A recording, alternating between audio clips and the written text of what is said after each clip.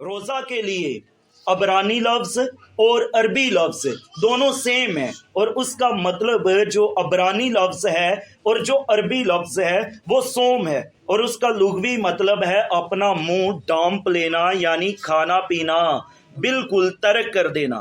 روزے کے لیے ایک اور عبرانی لفظ انا ہے، اور اس کا مطلب اپنے آپ کو عاجز کرنا، اپنے آپ کو خاکسار کرنا اور اپنی جان کو دکھ دینا۔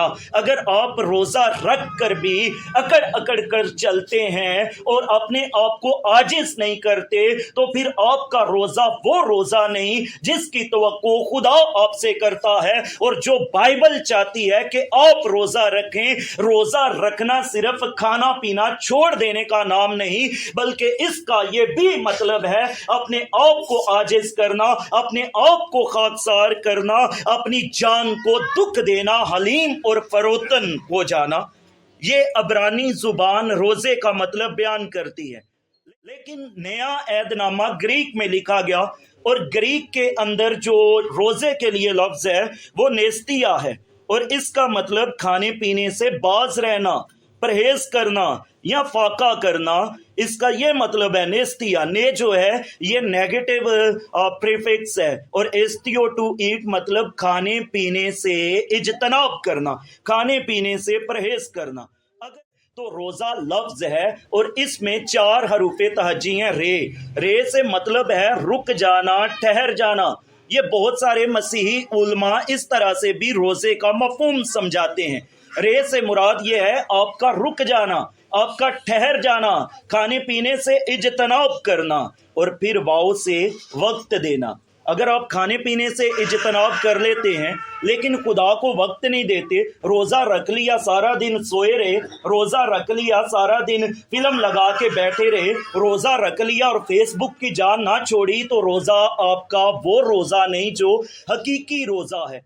یسوع یہ کہتا ہے کہ جب تم روزہ رکھو تو اپنے سر میں تیل ڈالو اور منہ دو۔ ہمارے لیے ماتمی روزے نہیں ہیں، ہم ماتم نہیں کرتے، بلکہ ہم اپنی روحانی مضبوطی کے لیے، روحانی ترقی کے لیے اور یسوع مسیح کے ساتھ اپنے رشتے کو مضبوط کرنے کے لیے اور روحانیت میں آگے بڑھنے کے لیے اور باطنی انسانیت میں زور آور ہونے کے لیے روزہ رکھتے ہیں، نہ کہ ماتم کے طور پر۔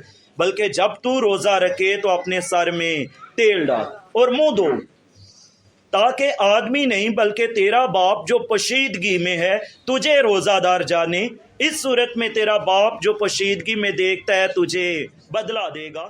اس کہانی کو بتانے کا مقصد یہ ہے کہ روزے کے ساتھ، آپ کی عبادتوں کے ساتھ آپ کی زندگی میں مثبت تبدیلی بھی ہونی چاہیے، مثبت بدلاؤ بھی ہونا چاہیے۔ اگر کام برے رہے تو پھر روزے کا کوئی فائدہ نہیں ہے۔ پرانے عہد نامہ میں بھی لوگ یہی سمجھتے تھے کہ روزے کی وجہ سے فریاد جو ہے ایک دم سنی جائے گی، لیکن نبیوں نے اس کے برعکس تعلیم دی اور انہوں نے کہا کہ درست اعمال کے بغیر روزہ بیکار ہے۔ مسیحی روزہ روح القدس کی تحریک میں اپنی شخصی قائلیت اور الہی رہنمائی کے تحت رکھا جاتا ہے، جس کا بنیادی مقصد پورے دل سے اور روح کی گہری شکستگی کے ساتھ اپنے خدا کے چہرے کا طالب ہونا۔ روزہ کیا ہے؟ اپنے خدا کے چہرے کا طالب ہونا، اس کی حضوری میں اس کے ساتھ ایک سر اور ایک روح ہونا، اس کی آواز سننا، اس کی رہنمائی کی تلاش کرنا، اپنے کپڑوں کو نہیں بلکہ اپنے دل کو چاک کرنا، خاکسار ہونا، عاجز ہونا، حلیم ہو کر اس کے سامنے آنا اور اپنی خودی کو مٹا دینا، مٹی بن جانا، اپنے آپ کو پورے طور سے دعا کے لیے ڈیڈیکیٹ کر دینا اور صرف پھر اسی میں میڈیٹیٹ کرتے رہنا۔